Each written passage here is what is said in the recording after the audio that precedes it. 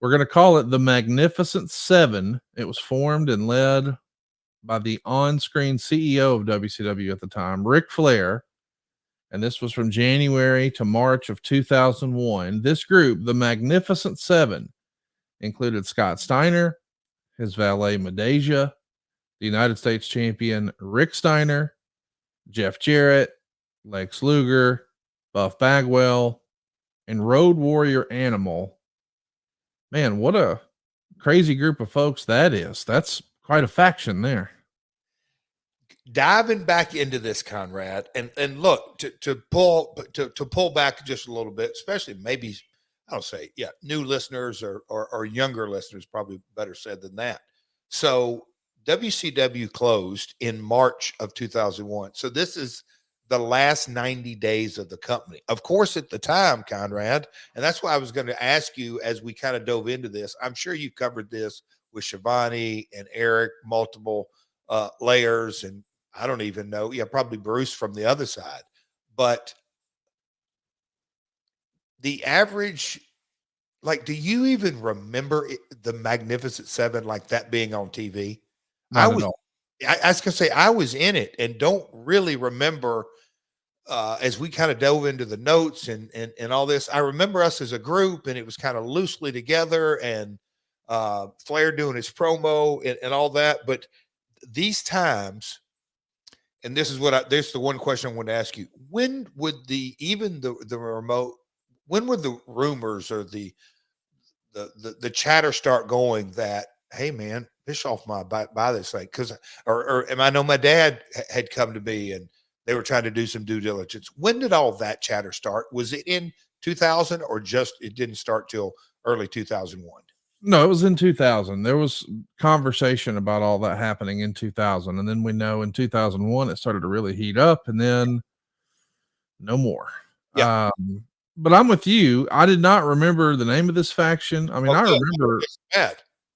I mean, when Sabato first said, hey, what about the Magnificent Seven? I'm thinking, all right, was that the University of Michigan? No, that was the Fab Five. Was that no. And so then it's like, all right, I don't really know what we're talking about there. And then it clicked and I was like, oh wait, okay. I kind of remember that. I did the exact same thing. Yes. Because, and I'll be honest, it makes me happy to hear that you felt that way too. I was in it. So much of this was forgettable for us fans. And clearly it was for the talent as well. Well, so, and I read the notes and then I kind of go back and really do I'll call it a deep dive on this. And so last night I did my kind of first pass through, and then this morning at the gym, kind of looking back into it, I started thinking about, oh yeah, we did that and we did that and we did that.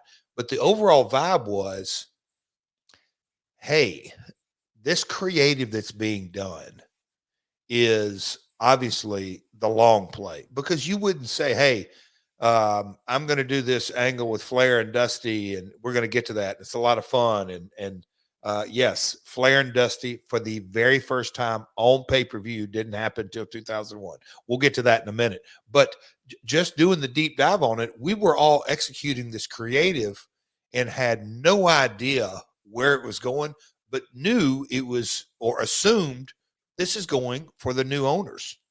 Right.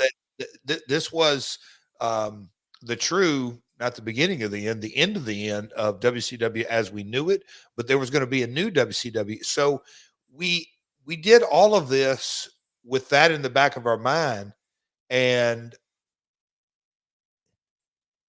to say that it probably wasn't, this is one of the most bizarre times, because we didn't ask questions, because we kind of knew that we certainly didn't have any answers. But man, maybe Bischoff and what was the name of the company? Because I always kind of something Fusion Media. Like, okay, what are they looking at? So there was a little impetus of the political side of things. Like, all right, what's really going on here?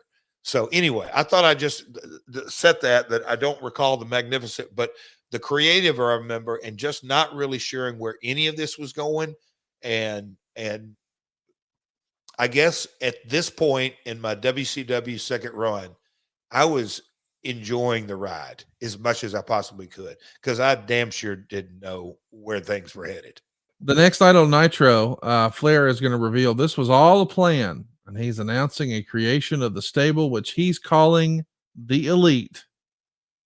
Yeah, Flair did that in 2001. That prompted the Insiders. It's not the Outsiders. You see, that was Hall and Nash. This is the Insiders. That's Nash and DDP and Rick Steiner. They're all going to come out and confront the group as Nash is challenging Scott Steiner to a title match. WCW's commissioner at the time, Ernest Miller, comes out and books the title match, which ends in a disqualification because both sides interfered. But yeah, how about that? What could have been the Elite? Maybe that rather than the Magnificent Seven, the Elite. I mean, here we are joking week in, week out about how you inserted yourself in the Four Horsemen and you inserted yourself in the Bullet Club, and you inserted yourself in the NWO, and you inserted yourself in the Clique. And now to find out, after all that, you were also one of the founding members of the Elite. How about that? You never knew, did you? I didn't know. I mean, H and Big Papa and the list goes on and on. But I would love to know and go back. Why didn't they stick with the Elite? The Magnificent Seven kind of shoehorns us into 7 guys. Yeah, it does. Yeah, I don't know. It's funny. Interesting. And I can't wait to hear next week how you really created DX. Oh, no. That's on the schedule. That I don't think that's till May. October. Okay. Yeah, I think we're going to get to it in May. The Observer is going to recap the February 7th, 2001 episode of Thunder. Flair came out with Bagwell, Animal, Luger, Jarrett's, and Steiners, who are now called the Magnificent Seven. So this is where they're named officially, I suppose. And the main event was Nash and Page over Jarrett and Rick Steiner. Nash is going to powerbomb Steiner. And the show ends up with another standoff between Flair's guys against Nash's guys. I know we've heard a lot about there being quote unquote cliques in wrestling and that sort of thing. Was that very much the case here at the end of WCW in early 2001? Were there big cliques?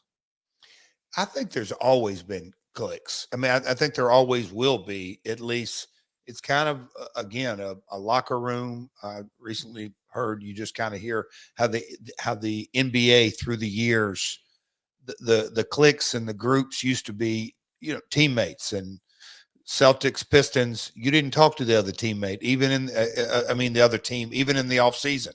And now you've got a group of guys that don't play on any teams, but they're still buds and this and that. But no, in wrestling, it's always had cliques and buds and all that kind of stuff. But again, I'm going to go back to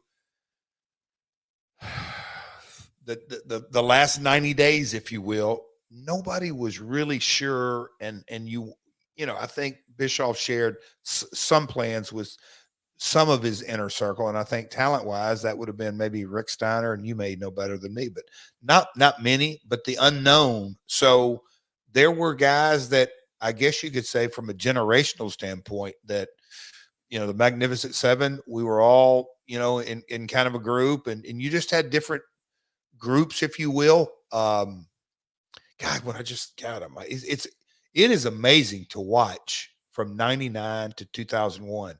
Has there been a more rapid decline? I don't say decline, but change in. I can't think of one. I guess you could say